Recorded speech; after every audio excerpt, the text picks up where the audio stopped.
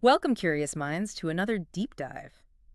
Today, we're not just revisiting a global phenomenon, Squid Game, we're really peeling back the layers to understand why it hit such a nerve. Exactly. We've got some great insights here from Squid Game, seasons 1 and 2 explored, to break down for you. Yeah, and what's really fascinating, I think, is how our source material lets us go beyond, just the plot Right, twists. the shocking moments. Yeah, exactly. It digs into the specific ways the show uses those um, dramatic events to really highlight the core themes, the character arcs. That's what makes it so compelling. Mm. So our mission today really is to give you a shortcut to understanding those critical moments, the betrayals, the social commentary across both seasons, so you can be fully informed, not just on what happened, but maybe why it matters. Absolutely. So whether you're a seasoned fan, maybe you've watched it loads of times, or you're just curious about what all the buzz was about, we're going to unpack the desperation, um, the deadly games, and yeah, those ruthless revelations that just captivated everyone. We'll focus on the insights our source provides, kind of giving you that distilled understanding of the show's brilliance. Sounds good. Okay, let's unpack this then. Starting with season 1, our deep dive begins with Song Gi-hun. Our source really zeroes in on his initial situation as sort of a microcosm of bigger issues, doesn't It it? really does. What specifically about his life does it highlight? Well, the source paints this really vivid picture of Gihun.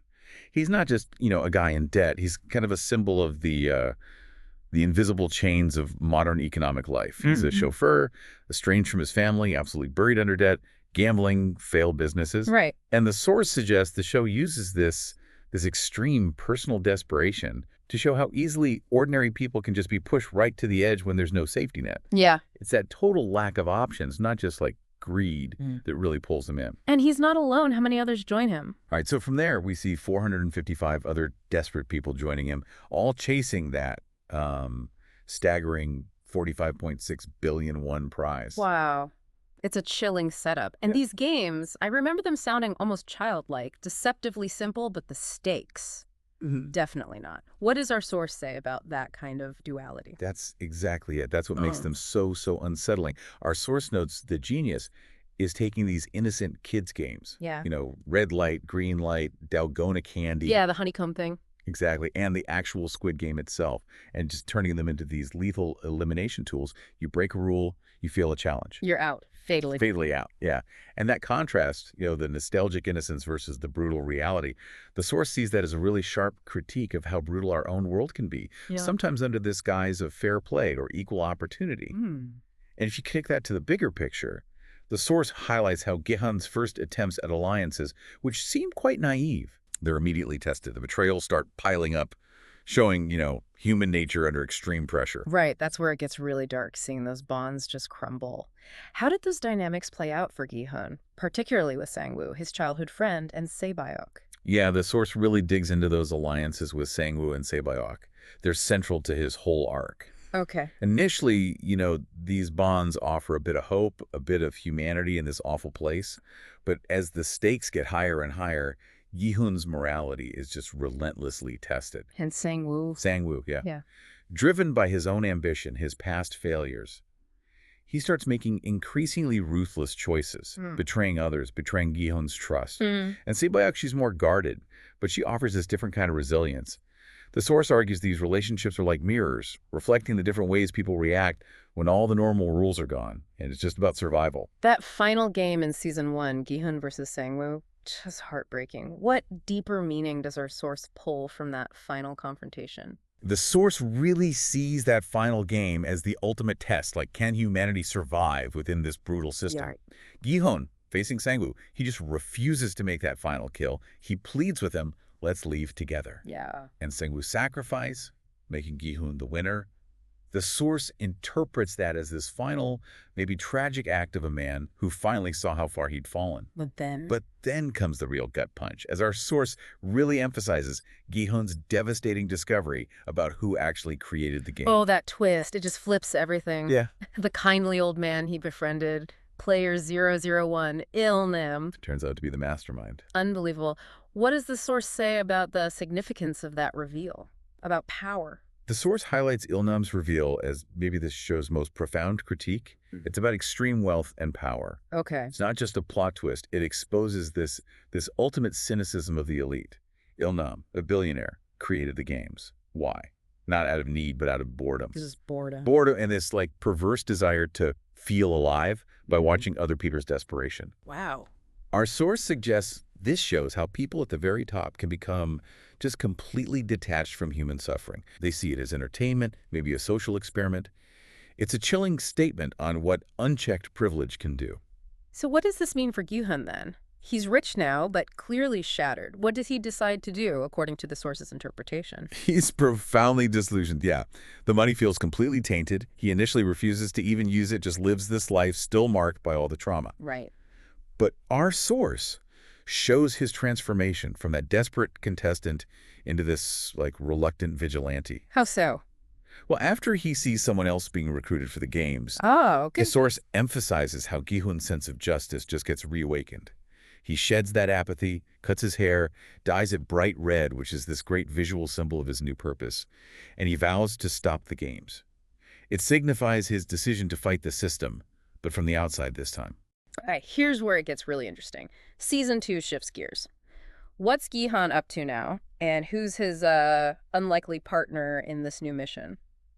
So Season 2, Gi-hun is still haunted, obviously, but he dedicates his wealth, his energy, everything to tracking down the organizers. Right. And our source reveals his unlikely ally is Detective Junho, who's still looking for his missing brother. Okay. And the narrative here, it isn't just about escaping the games anymore. It's about the despair that exists both inside and outside the arena. That's fascinating. This idea that escaping the games doesn't mean escaping despair. How do their investigations, as our source analyzes them, really highlight this? And what new problems do they run into? Well, the source points out that their separate investigations eventually overlap, showing just how far-reaching this whole system is. They find new allies, sure, but they also face these devastating betrayals, new losses, some even more personal than before. And crucially, the games start again in Season 2. But Gi-hun and Junho discover the outside world is just as bleak, maybe even more so in some ways. The source emphasizes how the show uses these external struggles to argue that the game isn't just on the island. It's a metaphor for life struggles in a deeply unequal society. In the climax of Season 2, what kind of confrontation happens there? And that absolutely devastating revelation, the cliffhanger. Oh yeah. The season peaks with this brutal rebellion inside the arena. Gi-hun and his allies try to fight back against the operators. Okay. But, as our source meticulously details, this rebellion is just ruthlessly crushed by the frontman. The enigmatic frontman. Exactly. And the truly devastating part, the reveal that just amplifies all the show's themes, fractured families, the insidious nature of the games, is when the frontman is finally unmasked. And it's revealed to be In-ho, Junho's brother, and unbelievably, a former winner himself. Precisely. That reveal, as our source analyzes it, connects the personal tragedy to the systemic horror in this chilling way. Yeah. In-ho's betrayal, a former victim who's now become an oppressor.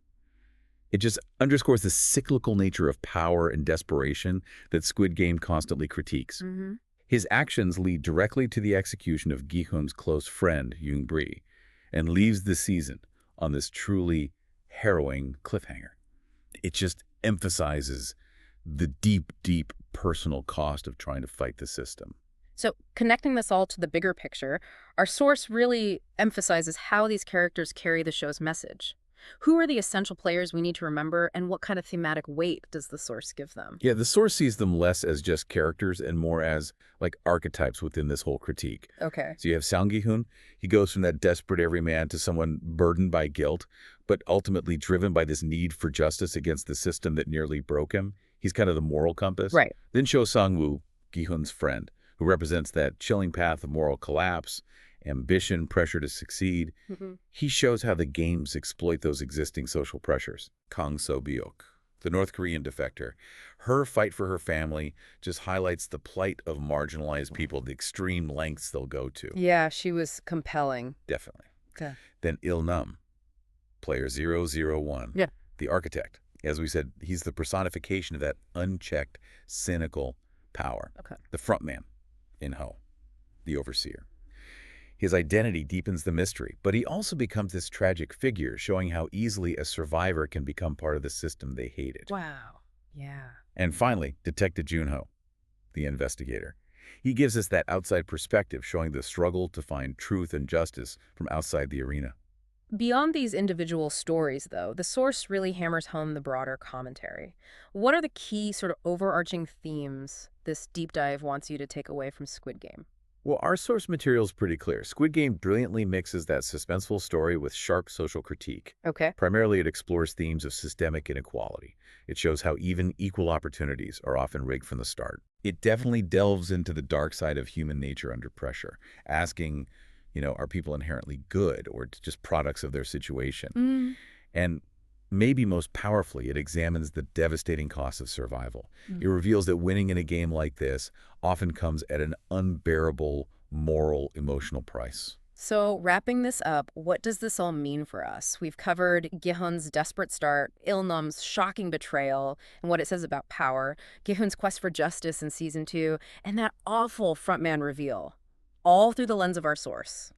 Yeah, this deep dive really shows how Squid Game uses this thrilling high-stakes setup to ask some really profound questions about our society, about individual morality. Uh-huh. It's just a powerful story that really challenges you to think about the lengths people will go to for survival, and also about the insidious nature of power, of debt, things that govern so much of our world, often unseen.